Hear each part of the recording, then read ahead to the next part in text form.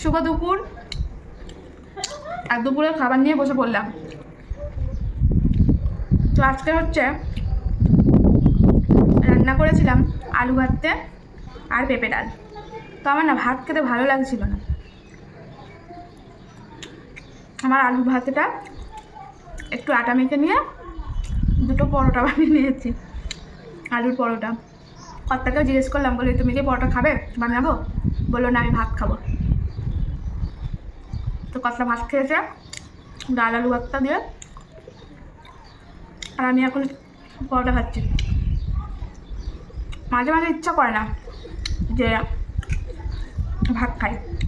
এবার এখন তোমরা অনেকে বলবে দিদি ভাই ডাল ভাত ওই জন্য ভালো লাগছে না। না গো, আমার আলু ভর্তা হলে না ভাত খাওয়া হয়ে যায়। কিন্তু আজকে কেন জানি না ভাতটা ভালোই লাগছে না। কর্তাকে জিজ্ঞেস করেছিলাম যে তোমার কি করে দেবো পরোটা, বলো না আমি ভাত খাবো। আর আমি আমার আলু ভর্তা দিয়ে সুন্দর করে দুটো পরোটা বানিয়ে নিয়েছি। অনেকদিন পরে আলুর পরোটা খাচ্ছি, খারাপ লাগছে না, ভালোই লাগছে। আর এখন এই জানলার ধারে বসে প্রকৃতি দেখতে দেখতে খাচ্ছি। ওদিকে পাখার হাওয়া খুব একটা সহ্য হচ্ছে না, তাই জানলা দিয়ে সুন্দর হাওয়া আসছে, প্রকৃতির হাওয়াটা খাচ্ছি। পাখার হাওয়া খাই মানে একবার চালালেই না ঠান্ডা গরম লেগে যাচ্ছে।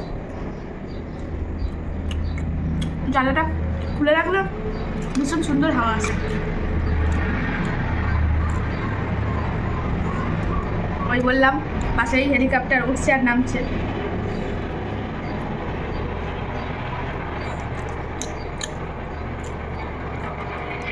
সারাদিন জানলা খোলা থাকে, কিন্তু 4:30 5টার পর থেকে এত মশা, তখন জানলা দিয়ে দিতে হয়।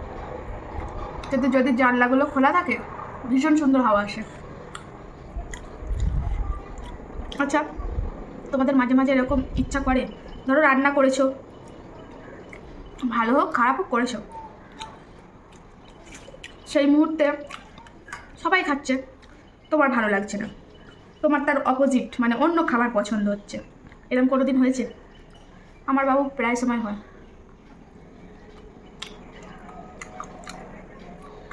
ধরো তবে দাদাভাই মাংস এনেছে, মাংসের ঝোল ভাত হচ্ছে, রান্না হলো, খেতে বসেছি, ভালো লাগছে না মাংস দিয়ে ভাত খেতে। আমি মুড়ি দিয়ে মাংস খাই, দারুণ লাগে। মাংস মুড়ি আমার বেশ ভালো লাগে এইরকম।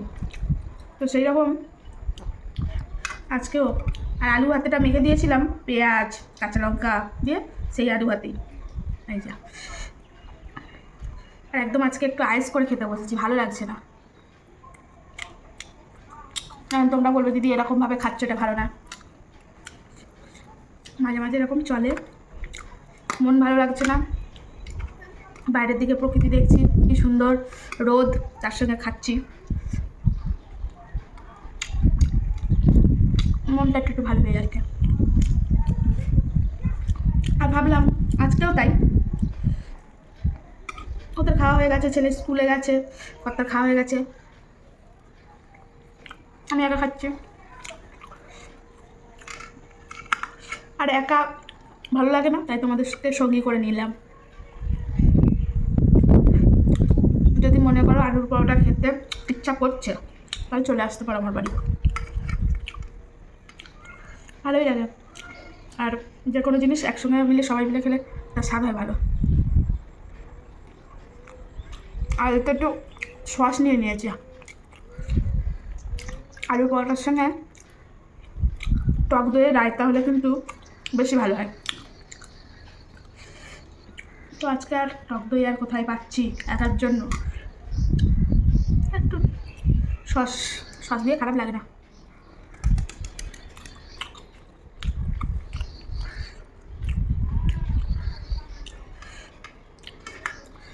গল্প করতে করতে আমার কিন্তু খাওয়াও হয়ে এসছে, আর খেতে পারছি না। পরোটাগুলো বেশ মোটা মোটা হয়ে গেছে, বড় হয়েছে, ওটা থাক, ছেলে আসটা খেয়েও নিতে পারে। তোমরা আজকে ভাত খেলে, রুটি খেলে, কী খেলে বলো তো? তোমাদেরটা জানতে পারি না, তোমরা না বললে জানতে পারবো না, আমারটা কিন্তু তোমাদের দেখায় তো চলো বন্ধুরা, গল্প করতে করতে খেয়ে নিলাম। আর সব থেকে যে কথাটা বলবো না তোমাদেরকে, অসংখ্য ধন্যবাদ তোমাদেরকে। আর ধন্যবাদ দিয়ে ছোটো করতে চাই না, তাও এটা মনের মানে একদম মণিকোঠা থেকে তোমাদেরকে ধন্যবাদ জানাচ্ছি। ইদানিং এত সুন্দর সুন্দর মিষ্টি মিষ্টি তোমাদের কমেন্ট পাই না, আমার মনটা খুব খুব ভালো হয়ে যায়, সত্যি বলছি। আর তার মধ্যে কয়েকটা কথা তো আমার এত ভালো লাগে, দিদি তোমার মধ্যে না কোনো রকম দেখনধারী নেই, সব কিছু রিয়েল, মানে তুমি যেমন ঠিক তেমনটাই ক্যামেরার সামনে তুলে ধরো, যার জন্য তোমাকে আমাদের এত ভালো লাগে। তবে এটা কিন্তু সত্যি, আমি এর আগেও অনেকবার তোমাদের বলেছি, তোমাদেরকে দেখানোর মতন আমি কিছু করি না, আমি যেমন ঠিক তেমনভাবেই তোমাদের সামনে আসি।